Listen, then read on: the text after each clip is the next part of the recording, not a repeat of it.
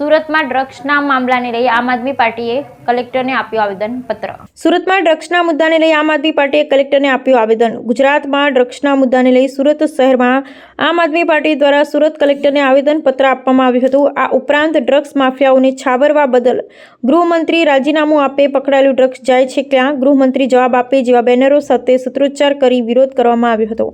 આપના પ્રદેશ મંત્રી ધર્મેશ ભંડેરિયાએ જણાવ્યું હતું કે ગુજરાતમાં છેલ્લા ઘણા વર્ષોથી ડ્રગ્સનો કારોબાર કૂદકે અને ભૂસકે આગળ વધી રહ્યો છે। યુવાધન આ ડ્રગ્સના કારોબારના કારણે, આ ડ્રગ્સના નાશના કારણે બરબાદ થઈ રહ્યું છે। ગુજરાતના યુવાધનને બરબાદ કરવાનું ષડયંત્ર રચવામાં આવી રહ્યું છે।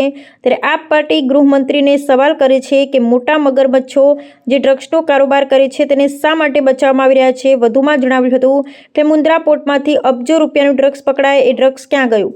ભરૂચ જીઆઈડીસીમાંથી ડ્રગ્સના ધંધા કરતા, ડ્રગ્સ બનાવતા લોકો પકડાયા। એ ફેક્ટરીઓ ફરીથી ડ્રગ્સ બનાવવા લાગી ધમધમી રહી છે, ત્યારે છૂટે એમને કોણે આપી? ડ્રગ્સના માફિયાઓ બચાવવાનું કામ કોણે કરી લીધું છે? ત્યારે આમ આદમી પાર્ટી જનતા વતી એ માંગ કરે છે કે હર્ષ સંઘવીને તાત્કાલિક રાજીનામું આપવું જોઈએ। Bureau report, Sunil Ganjewala, Surat.